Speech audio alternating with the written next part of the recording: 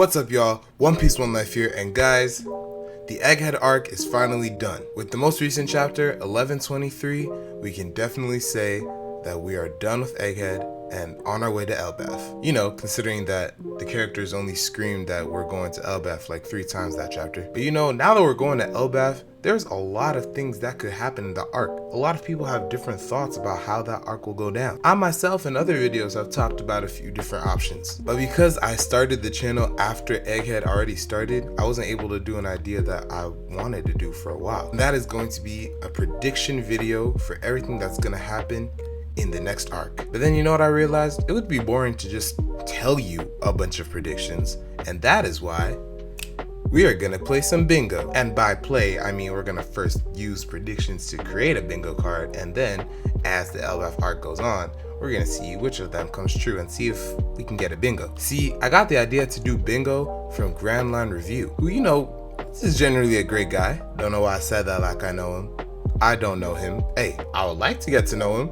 He seems like a great guy. So internet, do your thing. The idea came from the fact that he did a bingo card for Egghead, and more specifically for Frankie, just to see if we could predict what was gonna happen there. I'll leave the link to that video in the comments because genuinely, it is a good video. But yes, I have a series of predictions and we're going to just lay them out all on the table, and then at the end, we'll create the bingo card itself and we'll see how many we can get by the time that the Elbaf arc is over. And who knows, if I get a bingo, maybe I'll do something crazy. I haven't decided yet. But before we start predicting anything, guys, please, for the love of God, do something for me. Like the video, subscribe to the channel for more One Piece content just like this, and share it around with all your friends who love the series. Let's get it going. So I have a list of 24 things, as it's going to be a 5x5, but obviously the very middle is going to be a free space. So besides the free space, we've got 24 other options, and I've put them into a random generator. We're just going to talk about whichever one comes up first, and we're just going to go in the order that the generator gave me, which is ironic because it gave me the very first thing that I even thought about, the thing that above everything else on this list, I believe 100% has to happen, and that is Usopp having a shining character-defining moment. This one we all know has to happen, right? I mean, Usopp has only been screaming about wanting to go to Elbaf since Little Garden. We didn't even know who Chopper was when Usopp was first interested in Elbaf. Everything surrounding his character, his dream, has to do with the giants motivating him, and he sees them as the great warrior of the sea that he wants to be. He wants to envision himself as if he was a giant. So I think it's literally inevitable that in the arc centered around Usopp's dream, and with characters who have the strongest ties to Usopp does not get some sort of character defining moment. I think it's impossible. And next we have the second most likely thing that I think is gonna happen, now that we know that he's alive, of course, which is that the Robin and Saul are gonna have a reunion. See, I remember when it was revealed that Saul was alive, a lot of people had problems with it because it was like, oh, of course Oda is not gonna kill off another character. And I mean, I do get it because technically, yeah, that's true. But at the same time, you could say that it was planned ahead, because if you look at what move Aokiji used to freeze him, it was Ice Time Capsule. And what do we know about time capsules? You make one, you put it in the backyard at some point so that eventually in the future, you can pull it back out again and it's preserved for the future. To me, that was the reason why I wasn't mad at it, because I went back, I looked and I saw that and I said, fair enough, Oda, you got me. But besides that, Robin is also best girl, so just to see her happy, I'd be happy. And honestly, you should be too. Next up has nothing to do with a character at all, but actually a weapon, because next we're going to talk about there being some sort of mythological weapon. Now we all know that Elbaf culture is very heavily inspired by Norse culture, and so I'll be very surprised if there isn't some sort of Mjolnir hammer or Gungnir spear type thing that somebody has. I wouldn't even be surprised if somebody in the royal family has it. In fact, I would expect them to. You know, if Thor has Mjolnir, if Prince Loki has the spear. And in fact, while we're talking about him, let's just add those two things in as 2 more predictions, which is A, that we're going to see what Prince Loki actually finally looks like, since we've only been given a silhouette, and B, we're gonna be able to see more members of the giant royal family. Again, since they're based on Norse mythological gods, if there's a Prince Loki, I'm willing to bet a lot of money that there's also his brother, Prince Thor, their mother, Queen Freya, and their father, King Odin. And it would just make sense if they wielded the weapons, or at least weapons based on the weapons that the gods themselves actually had. Next up, we're talking about potentially one of my favorite theories just going on in the One Piece community. So much so that I made it a reality in my own sequel story, which I can do given that it's an alternate universe in my mind. And that is that Shanks is killed by Blackbeard. Now, I already talked a little about what could happen in my last video, so make sure you check that out after this one. But I strongly believe that there's reason to think that some sort of confrontation between Blackbeard and Shanks has to happen. I mean, just look at their past. Shanks is consistently the only one who's ever worried about what Blackbeard is doing. He literally keeps reminding people that he did not get the scar from Blackbeard on his face by being careless, which indicates that something actually happened in a straight up battle between the two of them where Blackbeard got the drop on Shanks. And all I can say is, why wouldn't that happen again? Now, don't misunderstand. It's not like I want Shanks to die. There's a reason that he's in my top 3 favorite characters. But wow, would the narrative fit for it, and wow, would it push Luffy forward. Speaking of Luffy, the next prediction revolves around him, which is actually that Luffy fights a giant in his Gear 5 giant form. This is another kind of conclusion that people came to ever since we saw that Gear 5 he can go just full giant mode back on Onigashima. It just became a natural conclusion of, at some point, there's gonna be a reason for him going giant besides using Kaido as a jump rope. Even though admittedly, using Kaido as a jump rope was funny. And now that I think about it, he really used that man as a jump rope. Like, there is no respect for Kaido anywhere. I still think Kaido got that dog in him, but yo, I don't know. Personally, if I was fighting somebody and they stretched me out, and they used me as a jump rope, I feel like I would just have to like lay down my kanabo and just sit there and think for a moment, because that's insane. But speaking of Kaido, let's speak about Big Mom, because the next prediction is actually that in some form, Big Mom returns in Elbaf. Now this one makes a lot of sense to me because Big Mom has a lot of ties to Elbaf and a lot of unfinished business there. We know that because of her dream, she's been trying to get the giants into her fold for time. When she was a kid, she killed their chief, so the giants hate her. Then she tried to remedy the situation by marrying Lola off to Prince Loki, but then Lola said, nah, I'm out.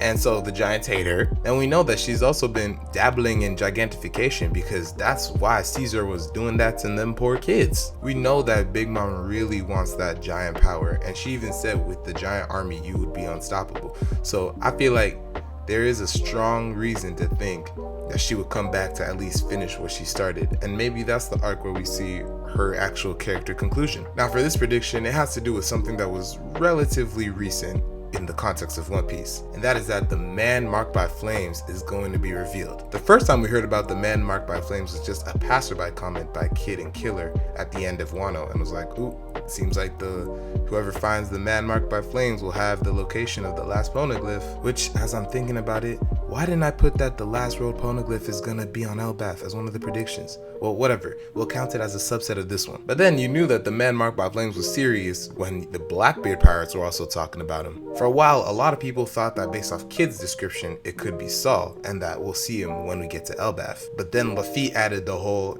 rides around on a really black ship and can create typhoons in the ocean. Like, we didn't know what was going on. Not gonna lie, I still think that the man marked by flames may be Saul, but I guess we'll just have to wait and see. And if it does, hey, it knocks out 2 predictions at the same time. But speaking of the poneglyphs, I think that another thing that we may be able to see is just a bit more of the Void Century flashback. And by this, I don't mean that we're actually getting the entirety of the Void Century flashback, or even a extended part of it like a chapter, but I think that we'll definitely get sprinkles of it, kind of like we started getting in Egghead, just because it seems a lot like Joy Boy has a lot of ties to a lot of different people, and the lore of Nika runs especially deep in the Giants tribe. So I just think it makes sense to, learn a bit more about him. Not to mention that with this being the final saga, we really do need to start learning about this stuff. And speaking of things we need to learn about, maybe we could also spend this time learning a bit more about the Buccaneers. Reason being, it seems a lot of people are under the consensus that the Buccaneers seems to be a kind of subset of giants, or maybe giants mixed with human. Which, learning that in and of itself, that would just be good for, I guess, the race tree.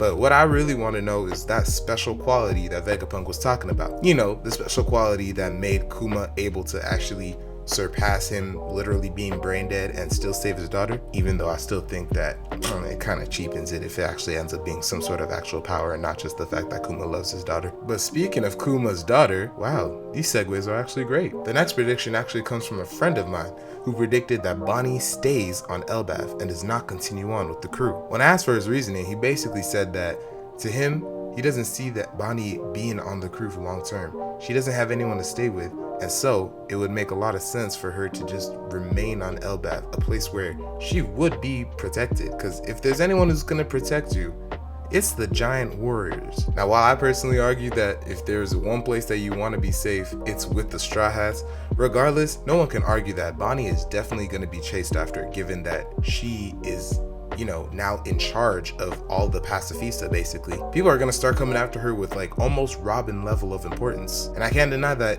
on Elbaf, staying there, she would be safe, especially if that's a place where Kuma can be laid to rest, and especially if the Buccaneers do have something to do with the giants, because then Bonnie would kind of have family. Now, the next prediction is for two characters coming back, and I'm combining them here because I genuinely think that this is where their story is going, and that is that Kid and Law make their return. And obviously it's not going to be in the same capacity as pirate captains like they were when they were, you know, actually serious contenders. One could argue Kid was never a serious contender. But regardless, both of them lost their ships and are living within a hair's breadth of death. We don't even know if Kid is actually alive, but what we do know is that these are the two that Oda has built up alongside Luffy. So if there were two other supernovas that would have importance and would come back into the fold in some way, it would definitely be Kid and Law. I mean, I don't know, I could see them maybe joining up with the Grand Fleet, or at least still wanting to help Luffy become Pirate King, maybe even begrudgingly. Because remember, after the Straws were defeated, that's when a mentality shift and growth happened.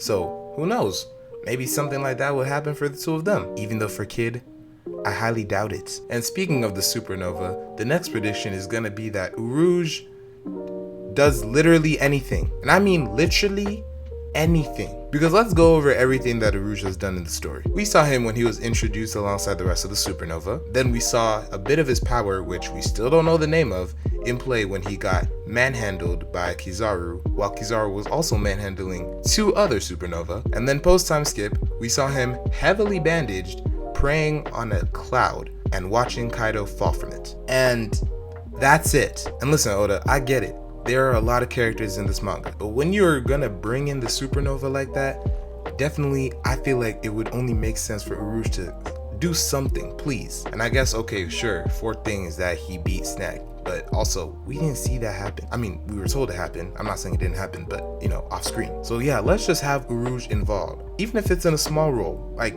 Hawkins and Apu had small roles on Wano, but they were still there. A whole fight was dedicated to only Killer versus Hawkins, so I feel like Urouge can have one moment. Hey, and given that he's from a Sky Island, maybe it has something to do with the character in the next prediction. Because this one, and I admit it is the most outlandish, is another one submitted by my friend, which is that Enel is gonna come back. Now, the reason that I say it's outlandish, but also makes it perfect for predictions like this, is that we have no idea when Enel's coming back. Enel could literally come down from the moon at any point in the story from now on, and it'll make sense because we know that something about the moon has to be relevant to what's going on now, especially given that he found like all the automata armies up there and everything like that. He just has to play a role. But will he play a role on Elbaf specifically? Which I guess now is a good time to mention that just when I say characters return, even though this is an Elbaf thing, for Enel specifically at least, him just being shown that he's coming to return in the story during the lifespan of the Elbaf arc would be sufficient. He doesn't need to actually be on Elbaf itself. Now for the next prediction, it's pretty simple, which is just that the Cross Guild shows up on Elbaf. And going along that, though it doesn't necessarily have to, we have another prediction, which is that we see Zoro versus Mihawk. Now I talk about both of these in that last video, but essentially I think it makes a lot of sense for Zoro and Mihawk to have a battle really soon. Mostly because there is no other time to really do that from now until the end of the story, besides Elbaf. I mean, especially if Elbaf is supposed to be at least longer than Egghead, we're looking at potentially 3 years of publishing time. So between that and then what we all know has to happen of going to Laugh Tale, finding the One Piece, and then also fighting the government, when is there time to just slot in the Zoro versus Mihawk fight? Which is why I just think that it makes sense for the Cross Guild to be there, because it allows for that to happen. And of course, it would all be falling under the banner of another prediction, and one that was the major focus of my last video, which was that the Davy Bag is gonna return. We all know that the Davy Bag fight is gonna return at some point, and everybody's already of the opinion that the Davy Bag, at least between Luffy and Shanks' crews, is essentially locked in. Because you just know that there's gotta be some sort of way for Luffy to be able to prove to Shanks that, look, my crew is every bit as good as yours without it being a literal death match. And therefore, Davy Bag. And speaking of Luffy proving that he's a great pirate to Shanks, I think that that would be symbolized by this next prediction, which is that we see Luffy finally give the hat back to Shanks. Even though Luffy's dream is to become king of the pirates, and that just doesn't stop when Shanks acknowledges him as a great pirate, the setup for Shanks eventually acknowledging Luffy as a great pirate and their reunion has been one of the core driving forces behind the entire manga. We're talking the classic manga trope of the student and the master. So I think we definitely have to see this return in some way. And I feel like even Oda knows that this has to happen at some point. Now for the next prediction, bear with me because it may sound weird at first, but it is that a tree becomes important. Yes, a tree. Given again that Elbaf is gonna be heavily inspired by Norse culture, I personally believe that it makes a lot of sense for there to be some sort of Yggdrasil type tree on Elbaf. And it has something to do with, maybe the layers of Elbaf culture and who lives there. The top of the tree is where the royals live, and then you keep going down, you get lesser and lesser. I mean, we literally see a tree on Elbaf. It's just not said to be Yggdrasil. So there's definitely gonna be a tree. We just need to see what role the tree serves. But another point that my channel editor brought up is that we may also find that the treasure tree Adam is there. The really expensive wood that Frankie bought and used to build the Sunny with. Because we actually don't know where the treasure tree Adam is. We just know that you can get wood from it. So hey, maybe the hardest wood is wood that the giants would use. I mean, makes sense to me. Now this next prediction, again, just like Eno, doesn't necessarily have to happen on the island of Elbaf itself, but occurring during the Elbaf arc. And that is that Blackbeard acquires an ancient weapon or multiple ancient weapons. Because as we all know from the most recent chapters, Caribou, who knows the location of both Pluton and Poseidon, is being brought back to Blackbeard and is about to tell him of what's going on. Which means that even if Blackbeard does end up showing up on Elbaf himself, you can bet that he's gonna split up his crew again to send some of them to Wano to get Pluton and some of them underwater to get Shirahoshi, because that's just what Blackbeard needs.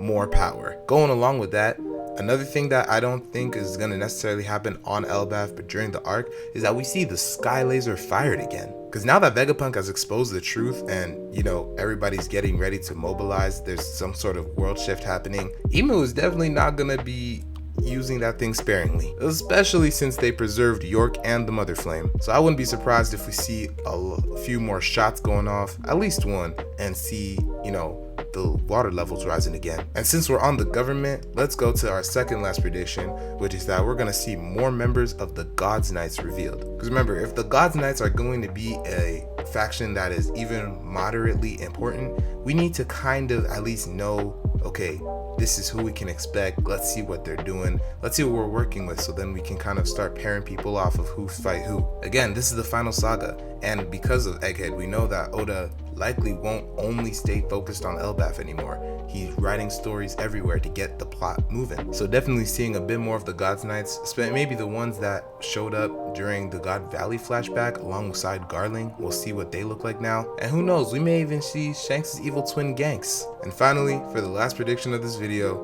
we're gonna do one that I've put in just because it's special and dear to my heart, and that is that Scopper Gabon is going to return. Because as I've explained multiple times, I am the sole inheritor of the Scopper Gaban agenda. He is just underneath in my eyes wherever Rayleigh scales to right now, which I guess would put Old Man Scopper at around Old Man Trio level. And I just need to see Scopper because he's the comparative to Sanji. He's the left wing of the past Pirate King, the same way that Sanji is going to be the left wing of the future Pirate King. On top of that, he uses axes. In a pirate manga, he's using dual axes.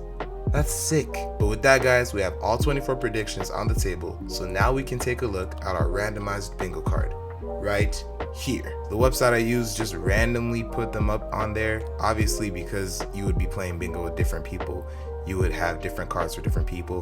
We're just gonna keep this one going, and every time something happens, I don't know, I'll find a little avatar to check it off with. What do you guys think about these predictions though? You think that there's anything that I'm missing? Or you think that one of these predictions should be taken out? Let me know what you think and more in the comments. That is going to be the end of the video, guys, but before we go, like the video, subscribe to the channel for more One Piece content just like this, and share it around with all your friends who love One Piece or manga and anime in general. Remember, I'm trying to build a community, but I need your help to do it. We are almost at 150, which would put us 3/4 of the way to road to 200.